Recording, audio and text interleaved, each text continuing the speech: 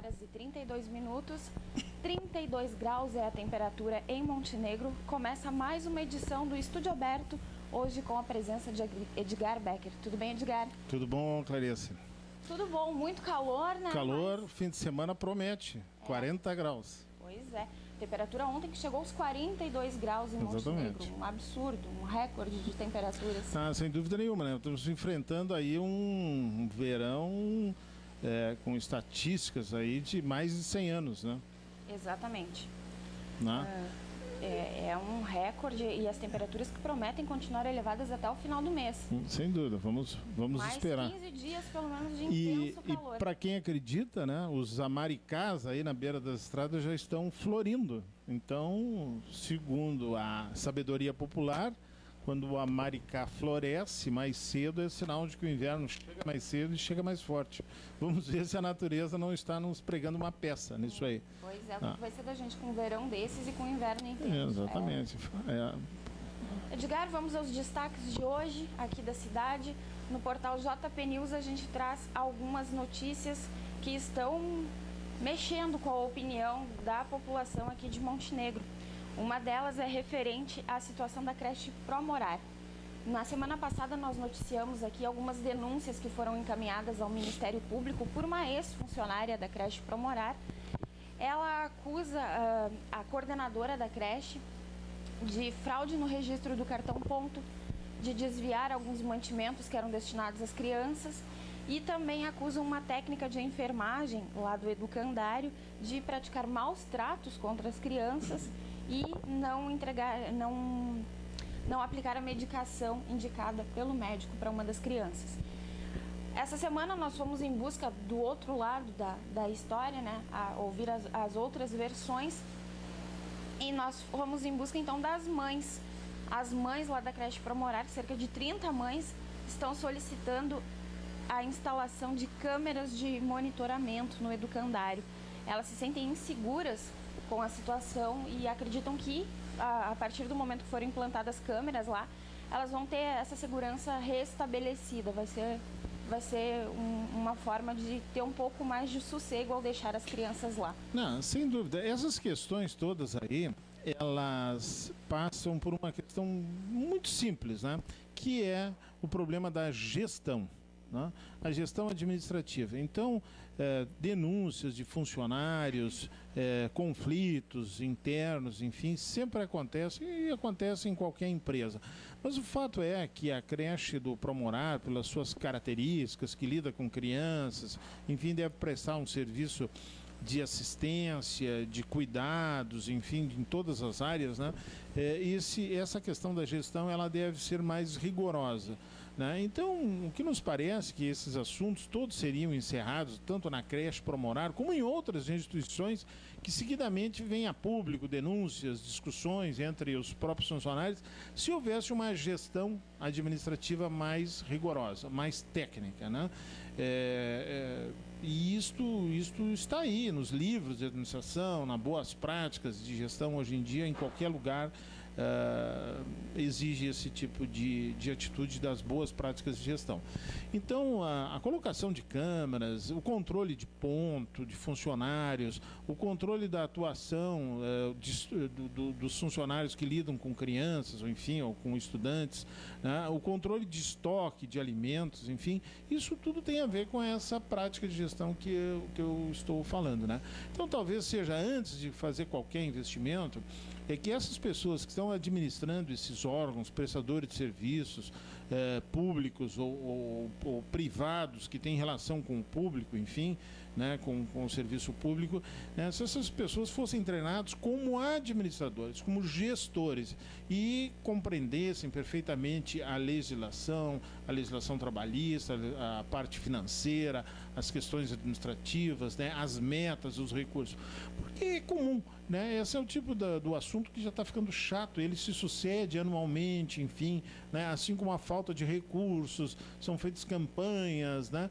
E os recursos sempre entram para essas instituições, sempre a colaboração, a comunidade montenegrina sempre colabora, mas isso tudo fica empregado, é gerido com muita falta de conhecimento, né? Não há, eu acredito que não haja uma má intenção explícita em administrar, né? Existe certamente a falta de conhecimento, né, de gestão para esses órgãos, né? E aí isso tudo poderia ser evitado. É evidente que equipamentos lá de vigilância, com câmeras, controle de ponto, enfim, isso hoje qualquer empresa tem e necessita, né?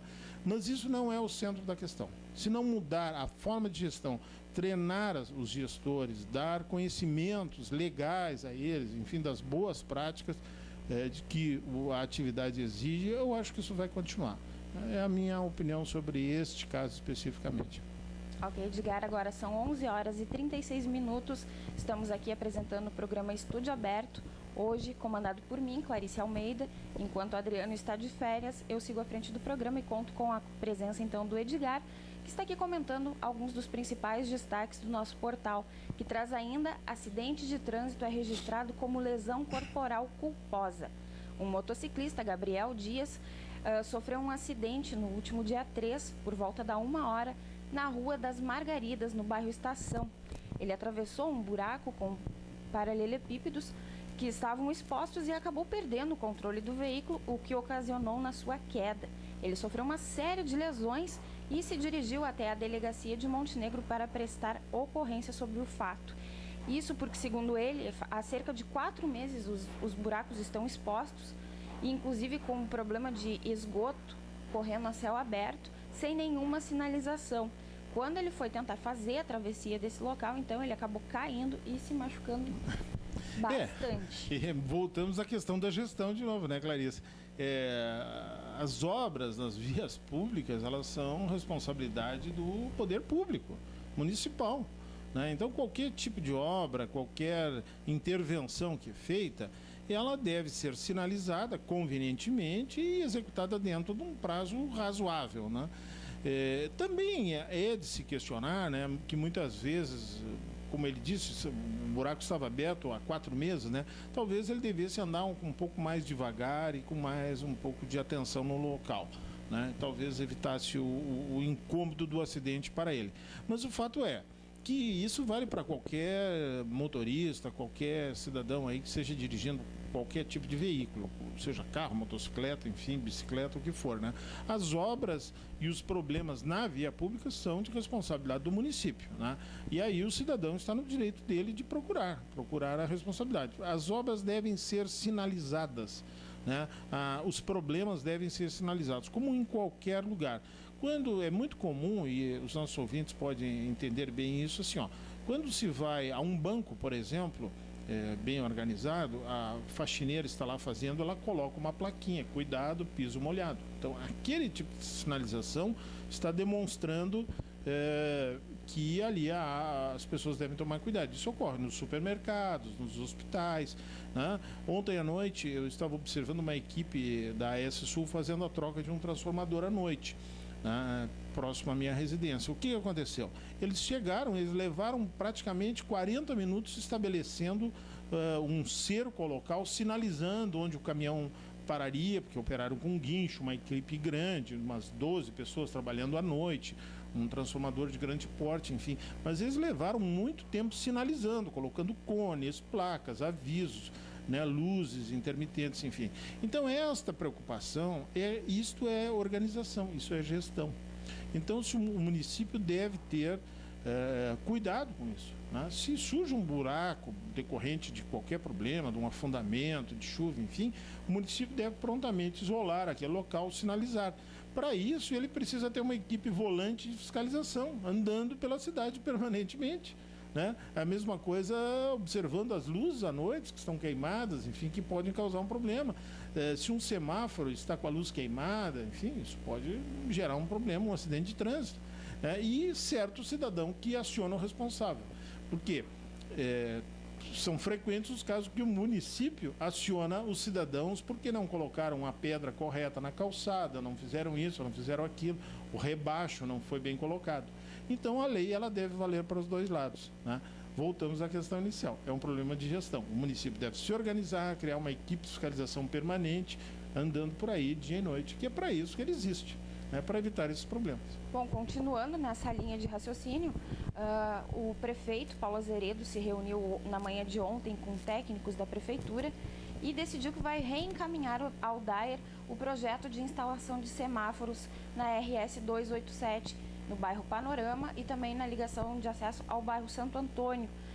Esse assunto foi motivador de um protesto na tarde de quarta-feira, onde vários moradores se reuniram e fecharam a RS 287. O prefeito não esteve presente na ocasião, mandou alguns representantes, mas na manhã de ontem, então, ele se reuniu com técnicos da prefeitura e decidiu que vai reencaminhar o projeto solicitando a implementação dos semáforos lá nos bairros em questão. Ele também pede para que sejam colocados alguns redutores de velocidade, enfim, é um projeto que deve ser encaminhado ao DAER ainda hoje. Aí voltamos à questão da gestão, né? Parece que hoje o programa é voltado para isso, aula de administração. Né? Mas esse assunto da RS 287, ele já se estende, eu acho que quase há uma década. Né? E cada vez mais, todos os meses, todas as semanas tem um lance diferente. E a população está perdendo a paciência com isso, porque já começou a fechar a via, enfim, e trancar lá o trânsito. Mas o fato é assim, que a responsabilidade de uma estrada estadual é DAER, a empresa gaúcha agora de rodovia e logística lá.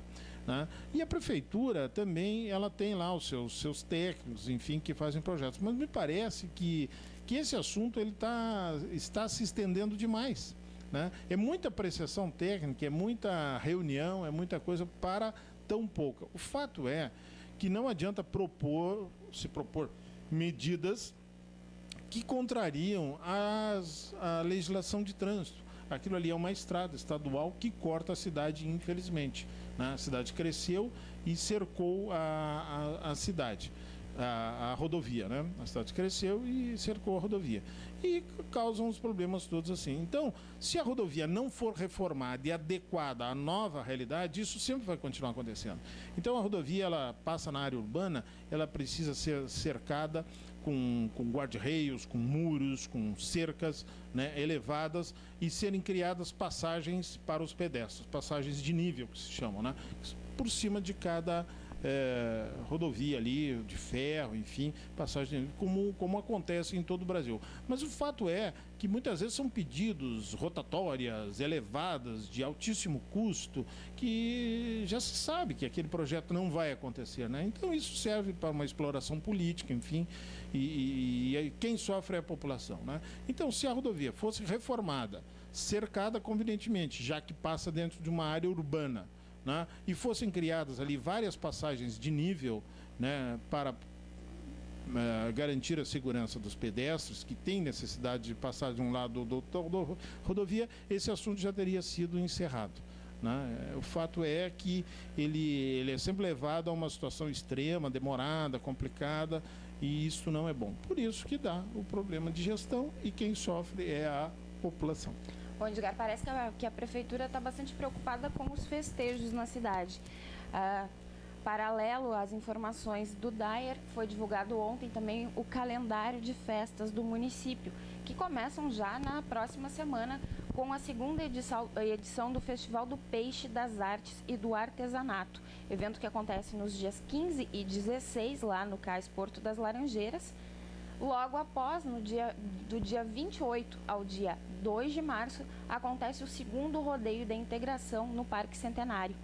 E, na sequência, no mês de junho, acontece a quinta Expo Monte, de 21 a 29 de junho, também no Parque Centenário.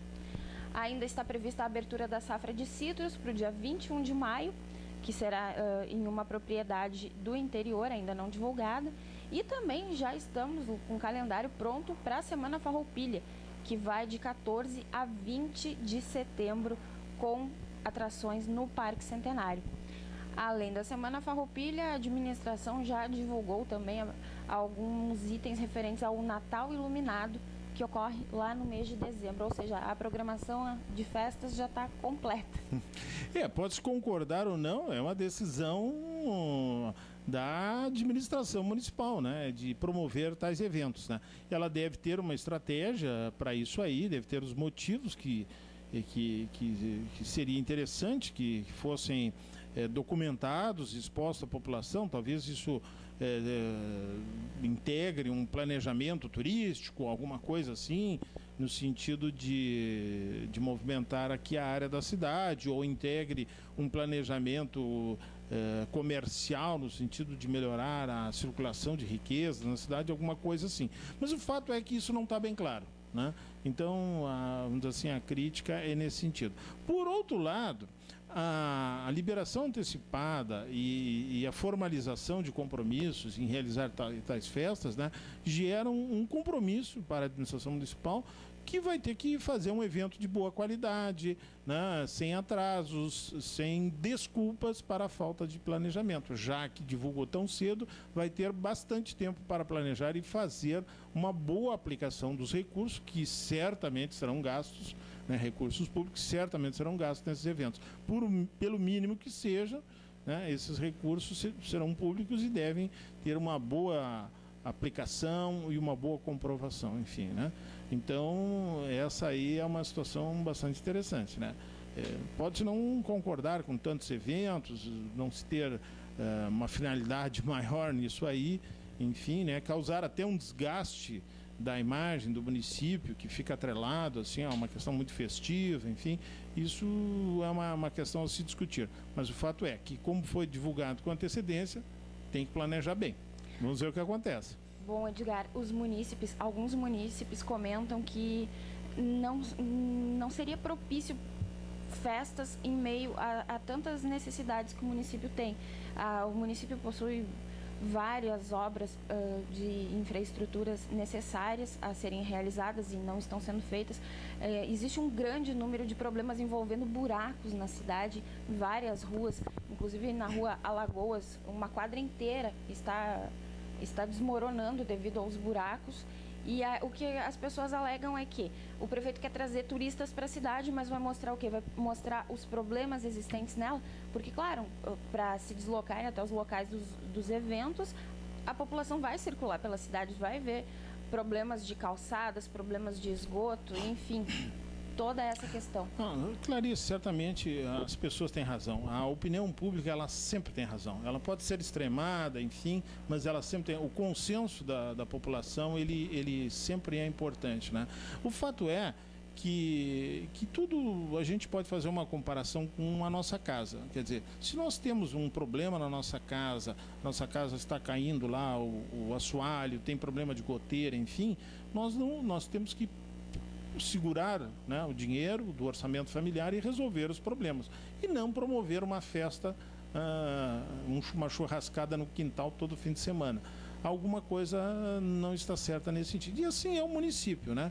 No momento que começa a produzir muitos eventos, né, a cidade deveria ter um outro tipo de condição. Não deveria ter esses problemas que aparecem toda hora, de buracos, de alagamentos, enfim, né? Isto não é bom. Quanto à ideia de incentivar o turismo para o município, já conversamos aqui nesse programa, né? O turismo, ele precisa ser revisto, esse conceito que circula na população, né? O turismo é um negócio, é uma atividade econômica, né? Não existem turistas em lugar onde não tem restaurante, que não tem banheiro público, que não tem atração nenhuma, né? E infelizmente nós não temos atrações que justifiquem um fluxo turístico, pelo menos por enquanto, né? O próprio Rio Grande do Sul, agora com a história da Copa do Mundo, municípios como Gramado, Bento Gonçalves, tem até uma tradição muito grande em turismo, o próprio Caxias e Porto Alegre, fizeram um alarde, buscaram equipes, enfim, para a Copa do Mundo, né? Eu estou trazendo isso como um exemplo.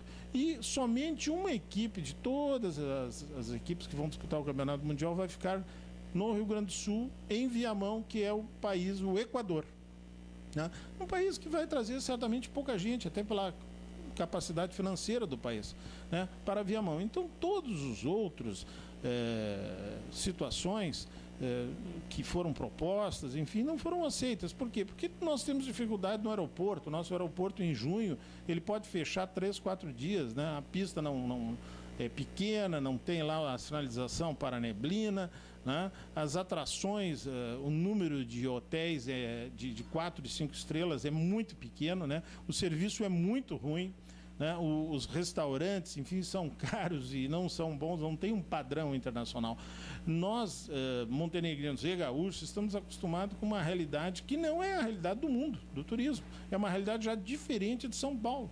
Então, São Paulo, qual é a equipe que vai deixar de ficar em São Paulo, onde tem todas as condições de hospedagem, há uma tradição, há uma mão de obra altamente treinada, né? Para vir aqui para o Rio Grande do Sul, que é na ponta do país, longe de tudo, né? Só se compara ao Rio Grande do Sul, Manaus, que é do outro lado, né? Então nós teríamos que ter muitas condições muito boas, né, para atrair a tal da indústria turística. E assim isso vale para Montenegro, né? Por que uma pessoa virá a Montenegro e não irá a Gramado ou a Bento Gonçalves, né, que está aqui a 1 hora de distância de Montenegro? Simplesmente quando alguém me responder essa pergunta com consistência, eu aceito a ideia de turista sem Montenegro. Agora, 11 horas e 51 minutos, vamos aos destaques. Ao destaque do jornal NH, que traz formas para driblar a greve dos Correios. Bom, a greve que continua, a paralisação continua parcial e está prejudicando muitas pessoas que precisam pagar contas que não receberam os boletos. Nesse final de semana, um mutirão deve entregar 1,5 milhão de correspondências que estão paradas nos Correios. Isso é um problema, Clarice, né? Eu acho que aqui estamos fazendo até um serviço de utilidade pública, né? Em pedir aos nossos ouvintes que prestem atenção na sua correspondência, nas suas entregas que estão por aí, né? Existem as pessoas compram pela internet, está tudo trancado nos centros de distribuição do correio e também faturas, né? E outra coisa, a não entrega da fatura, ela não exime da multa e do juro, né? Quer dizer, a pessoa deve correr atrás, aí dar uma confirmada nos seus compromissos, ver onde é que está o boleto ou entrar em contato com a empresa aí, dizer que não recebeu, receber pela internet ou fazer depósito em conta, enfim, as pessoas precisam se adaptar a essa questão aí da greve dos Correios, né? Isso é importante que todos prestem atenção nisso aí. E falando ainda referente a greves, segue a paralisação dos rodoviários em Porto Alegre. Hoje pela manhã, algumas empresas tentaram colocar o ônibus à disposição da população, mas depois de vários veículos terem sido apedrejados, voltaram para as garagens. Exatamente. Está complicada a situação. Complicada a vida em Porto Alegre. Eu, por força de trabalho, estive lá essa semana, enfim, ontem e outros dias, né? E o que me pareceu é o seguinte, que a cidade até ficou melhor. O problema de uma greve, aproveitando aqui que hoje é sexta-feira, né, é que as pessoas se adaptarem a não usarem mais o ônibus, né, e continuarem a vida, e daqui a um pouco não vai ser mais preciso o ônibus. E todos esses motoristas, enfim, aí vão ser dispensados, né? Isso seria uma situação muito extremada, muito utópica, né? Mas o fato é que tudo pode acontecer, né? A vida da cidade, nessas situações de crise, ela se altera, mas as pessoas se adaptam, né, ao longo do tempo. Então, conforme o tempo que durar isso aí, poderá ser criada uma nova forma de encarar o transporte urbano. Está sendo feita uma experiência, uma cidade como Porto Alegre, uma região metropolitana sem transporte público, né? E estão surgindo, né, maneiras de resolver o problema, né, através de vans, de outras medidas que a prefeitura. É evidente que o número de pessoas transportadas é muito grande, é necessário transporte público, mas isso mostra também que o trânsito da cidade é influenciado, né, da região de Porto Alegre, eu vi isso, é influenciado pelo número de ônibus que circulam, né, e pelas peripécias lá que os ônibus fazem.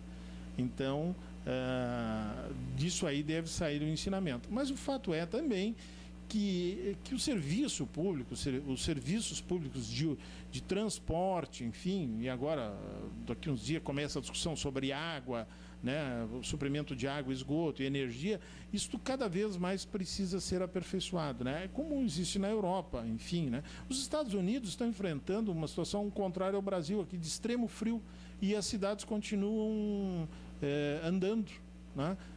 A população continua sobrevivendo lá a 20 graus abaixo de zero. Nova York, uma cidade tem 18 milhões e meio de habitantes, deve ter mais, deve ter 20 milhões de habitantes, é o dobro da população do Rio Grande do Sul, numa cidade só dos Estados Unidos, e continua vivendo, sobrevivendo, tem metrô, tem qualidade de vida, as pessoas vivem bem, comem, dormem e trabalham a 20 graus abaixo de zero com 1 metro de neve. Então, como é que é isso? Gestão do serviço público, gestão das concessões. Enquanto nós continuarmos aqui com empirismos e acertos, enfim, esse problema aí dos transportes, que é grave, né, é um desrespeito à população que precisa, vai continuar. Agora, 11 horas e 55 minutos, destaque na 0 hora. Morre o ator e músico Nico Nikolaevski, famoso principalmente pelo espetáculo Tangos e Tragédias. Quem não viu Tangos e Tragédias perdeu uma parte da história do Rio Grande do Sul, né? O ator que morreu de leucemia. Leucemia, né? Uma morte rápida, enfim, e é uma doença terrível, né? Ela se perde um músico, uma pessoa intelectual voltada aí para o espetáculo, né? Extremamente conhecido e de grande capacidade. Mais de 30 anos no mercado musical, cultural do Estado, né? É uma perda lamentável. Vamos ao esporte. 0 hora traz ainda que Inter segue 100% no Gauchão. Compartilhas essa? Nosso Colorado, né? Eu sou torcedor do Inter. Não. Nosso meu.